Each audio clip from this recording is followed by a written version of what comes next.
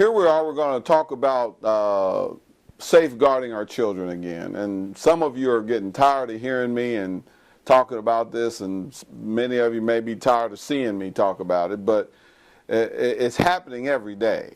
Children are being molested and abducted, and I don't think I can overemphasize the seriousness of this matter. I want to encourage you to go Google a book called Franklin Cover-Up, The Franklin Cover-Up. And this will be an eye-opener for many, many people, because government officials at high levels are involved with sex trafficking and violating children. And this is the only explanation that I can give to why we would have legislation coming out that jeopardizes the safety of children.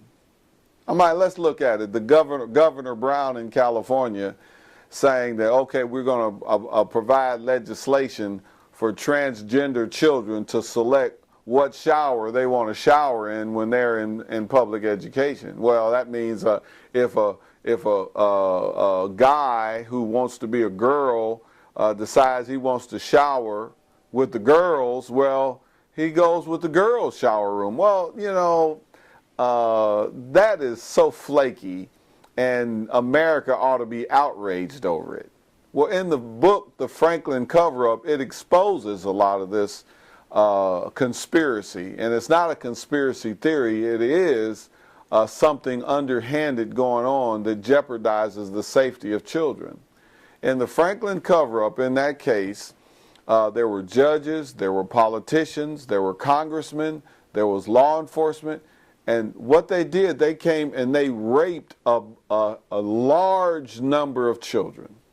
We just interviewed two attorneys in Lexington, Kentucky, that has litigated one of the most profound pedophile cases in our time, called Micro City. And you can look these things up on the internet, and you often wonder, why aren't these things getting national media coverage? Yeah, but the media will put two men kissing on television. And I do not advocate same-sex relationships. I think exposing children who are vulnerable and gullible and sponges to that kind of behavior, it sets those children up for failure. So we're going to be very strong advocating traditional families, traditional marriage, and godly principles. But at the same time, you have to ask yourself, why are pedophile groups targeting youth organizations, and why are youth organizations caving in to those type of pressures? We live in a strange day, and for you parents, I want to tell you, you've got to step up to the table, you got to step up to the plate, and you've got to be very proactive about protecting your children.